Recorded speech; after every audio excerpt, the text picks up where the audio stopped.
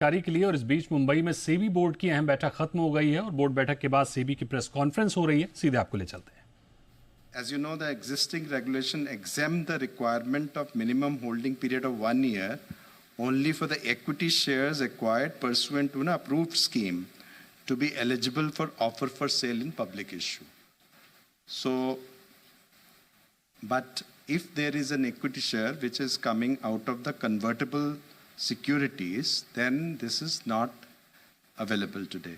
So this has resulted in certain investors not being able to participate in the offer for sale in public issue. So this is being extended. This benefit is being extended, and this will assist the companies which are going for reverse flipping.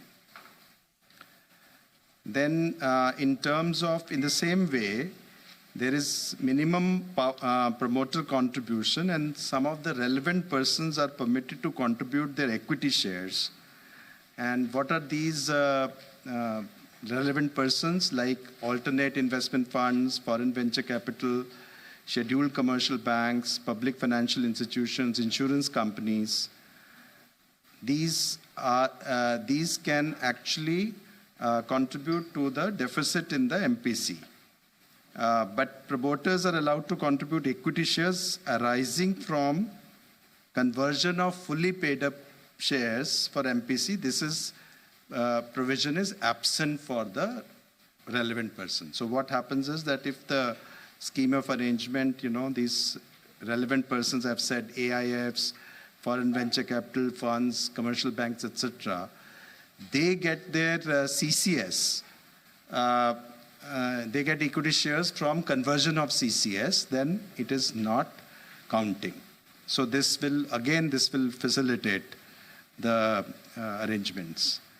Then the third important point in this is the ESOPs.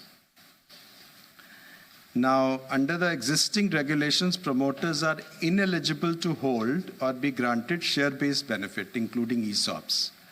If they hold such share-based benefits at the time of filing of DRHP, they have been required to liquidate such benefits prior to the IPO. Now, this provision has been found to be impacting founders classified as promoters at the time of filing of DRHP. So the proposal approved by the board shall facilitate founders who receive such benefits at least 1 year prior to filing of DRHP with the board to continue holding or exercising such benefits even after being specified as the promoter and the company becoming a listed entity. These proposals will also, promote many of the startups, etc., when they come for listing, and the founders losing those, today they have to liquidate. So if they have been given the ESOPs 1 year prior to listing and filing of the draft DRHP, then they can continue to hold them. However,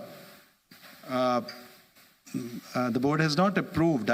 There was, during consultation, some people were saying that even the ESOP should continue to be made available to them even after their listing, post-listing as ESOPs. Those have not been agreed to yet. So this is the first set of proposals. In the second set of proposals relates to promoting dematerialization of existing securities.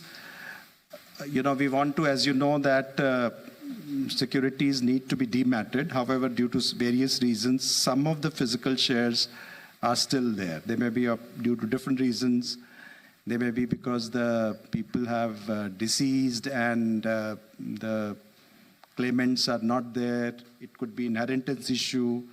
It could also be some love of physical certificates by some.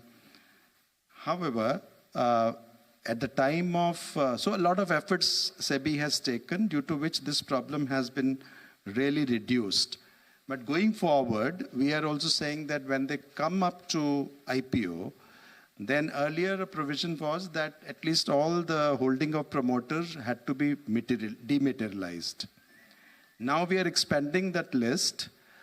The following category of shareholders, they would have to be, we are mandating dematerialization of shares held by following categories of shareholders: promoter group, selling shareholders, key managerial personnel, senior management, qualified institutional buyers, directors, employees, shareholders with special rights, all entities regulated by financial sector regulators, and any other category of shareholders as may be specified from board from time to time.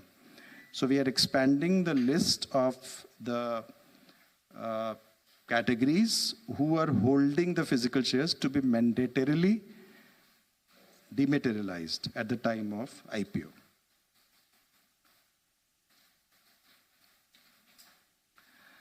The third proposal is regarding simplification and streamlining of placement document for qualified institutions placement. So as you know, the QIPs are undertaken by listed companies and they are offered to qualified institutions buyers. These institutions are well aware of the developments. They are institutional players and listed organizations. There is a lot of disclosures already available. So therefore, this placement document was earlier too long, and that has that's supposed to be rationalized. And this is building on the simplification and streamlining earlier undertaken for rights issue by listed entities. So what we are basically, the risk factors, now we are saying that they can be included only specified in relation to the issue. Not all of the risk factors need to be given. Providing summary of financial position, providing a summary of issuer's business instead of giving detailed this thing. I think there are several such things where we have rationalized, as a result of which is expected that the placement document may be reduced approximately by 40 to 50%. And it will also bring in uniformity in disclosures by all the issuers. Here I just want to point out as a generic case, all of these proposals, there have been consultation papers, public consultations have been done. It has gone to the respective committee and then it has come to the board. So I'm not repeating it for every item, but the same process has been followed, and you are aware that we have now a regulation which says how to bring in changes in the regulation, which mandates public consultations. So all of these cases, public consultations have been held.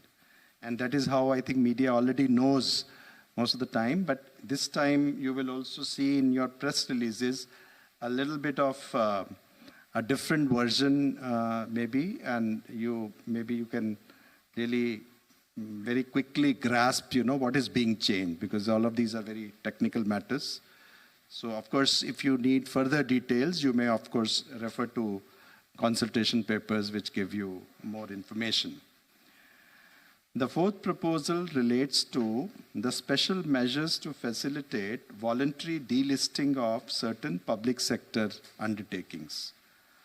Now, there are some public sector undertakings where the holding is 90% or above, that of promoter.